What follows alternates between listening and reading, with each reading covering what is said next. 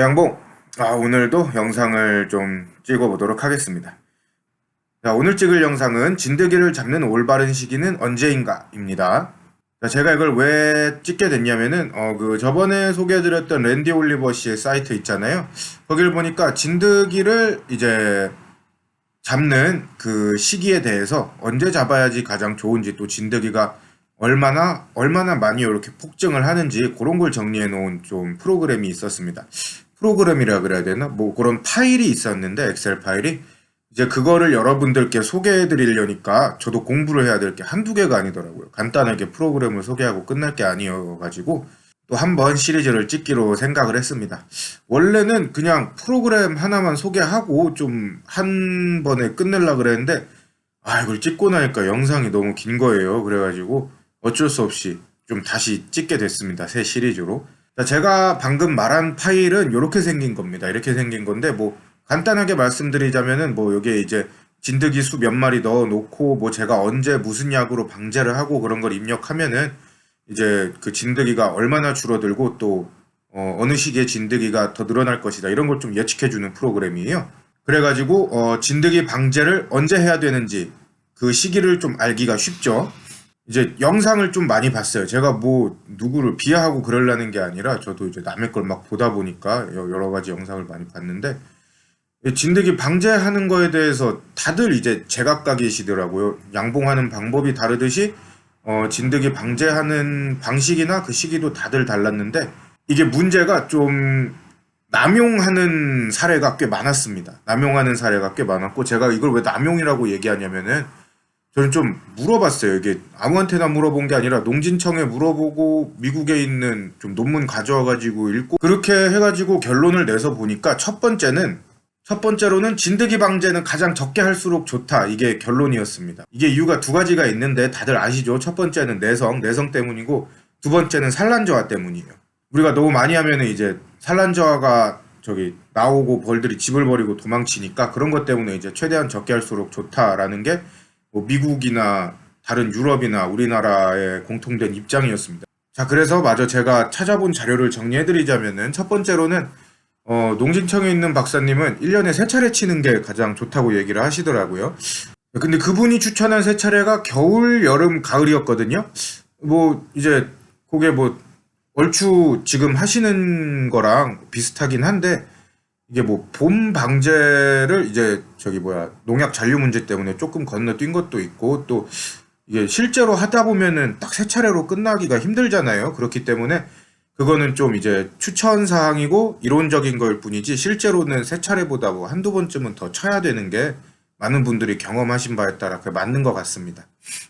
일단은 농진청에선 3차례를 추천했고요. 그리고 언제 쳐야 되냐? 이건 뭐 제가 어디서 봤다고 말은 하지 않겠습니다. 뭐 제가 다 읽어보고 종합한 결과니까는, 일단 겨울에 무조건 쳐야 돼요. 겨울에. 왜냐, 제가 저번에도 강조를 했다시피 겨울에 번개가 없으니까 겨울에 꼭 치라고 신신당부를 하더라고요. 제발 치라고.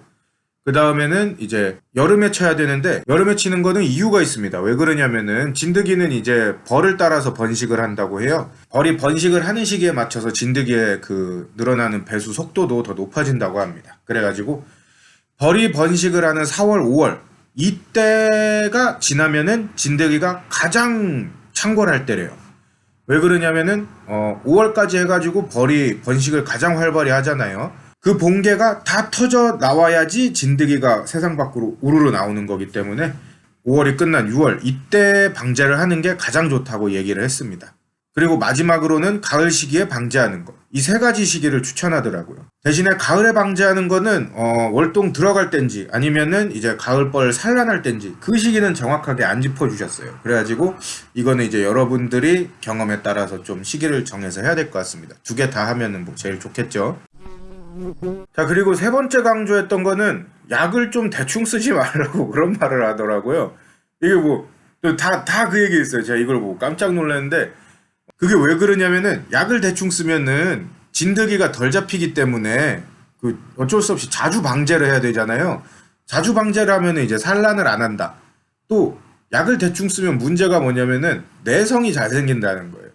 차라리 약을 과하게 써가지고 절여서 죽여버렸으면은 문제가 안 되는데, 약을 대충 써가지고 이게 진드기가 살아남아 버리면은 그때부터 내성이 생긴다는 거죠. 뭐 내성이 그렇게 쉽게 생기는 건 아니지만 어쨌든 생긴다고 합니다. 그래가지고 그 내성에 대해서 조사를 한 국내 논문도 있더라고요. 보니까는 뭐 DNA 구조가 크게 변할 정도로 뭐 내성이 생긴 건 아니었지만 이제 플루발리네이트나 아미트라즈 성분을 썼을 때 한 3년 안에 진드기가 내성이 생기는 걸 볼 수 있었다. 이런 식으로 분석을 해놓은 것도 있었어요.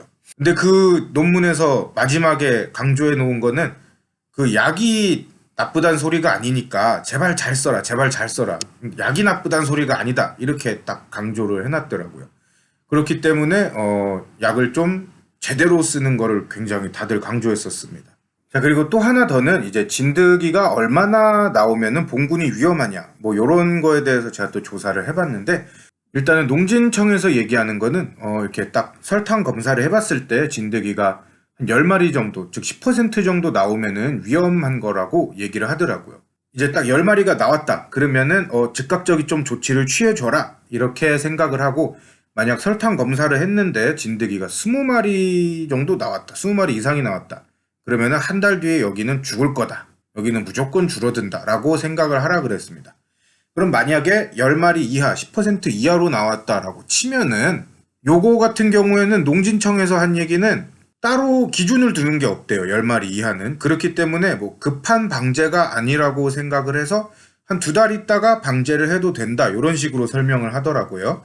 그런데 이제 그걸 좀 더 구체화시키고 싶어서 제가 좀 다른 논문을 찾아봤습니다. 보니까 2018년에 저기 미국의 대학교에서 내놓은 논문인데 요즘에는 한 3%를 기준으로 생각을 한다고 해요. 무슨 말이냐면은 딱 요 설탕 검사를 했을 때 진드기가 3%가 나왔다. 즉 100마리를 털어서 넣었는데 뭐 진드기 3마리가 나왔다.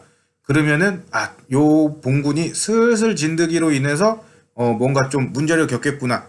요 놈들 이 통에 있는 애들은 조금씩 가렵기 시작하겠구나 라는 신호로 본다고 합니다. 그래서 요즘에는 그 미국에 있는 농가들은 3% 기준 삼아서 이제 3% 이하로 좀 이렇게 되도록 많이 관리를 한다고 해요. 그렇기 때문에 요거는 좀 우리나라랑 그쪽 서적이랑 차이가 있었습니다. 일단 정리해서 알아두시자면은 3% 정도 되면은 이제 벌이 몸이 가려울 거예요. 가려울 거기 때문에 도와주는 게 좋고 10% 정도 되면은 얘네 바로 지금 바로 방제를 해줘야 되는 거고, 만약에 20%가 넘어갔다 그러면은 얘네는 한 달 있다 그냥 간다, 골로 가신다, 요렇게 좀 생각을 해두시면은 편할 것 같습니다.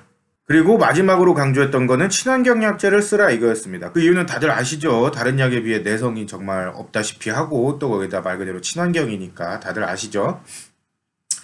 그래가지고 이렇게 좀 비교를 해보니까 뭐 절대적인 건 아니지만 일단은 친환경 약재를 쓰는 게 내성을 죽이거나 내성을 없애거나 뭐 벌의 산란저하 이런 면에서도 좋았고, 두 번째로는 뭐 아미트라즈가 좋았고, 세 번째는 플루발리네이트는 좀 쓰는 거를 좀 지양해라까지는 아닌데 플루발리네이트가 내성이 가장 심했다 이런 말을 하더라고요. 그리고 제가 그 유튜브 보면서 좀 깜짝 놀랐던 게 왕스만 한 6주 하라고 말을 하는 분이 계셨어요. 왜 그런 말을 하셨는지는 모르겠습니다. 왕스라는 것 자체가 일단 기본적으로 플루발리네이트고, 플루발리네이트 자체가 뭐 내성이 가장 심하다고 말을 할 수가 없지만 우리나라에서 왕스의 제대로 된 사용법을 아는 사람이 없잖아요. 그렇기 때문에 제대로 사용을 못 해가지고 내성이 가장 잘 생기기 좋은 약이라고 얘기를 하더라고요. 실제로 왕스를 처음 썼을 땐 잘 잡히는 것 같더니 이거 뭐 갈수록 안 잡히는 것 같아서 결국 속살만 쳤다 이런 말씀 하시는 분들도 굉장히 많고요. 그렇기 때문에 뭐 왕스 막 반복적으로 하시고 그거는 좀 지양을 하셔야 될 것 같습니다.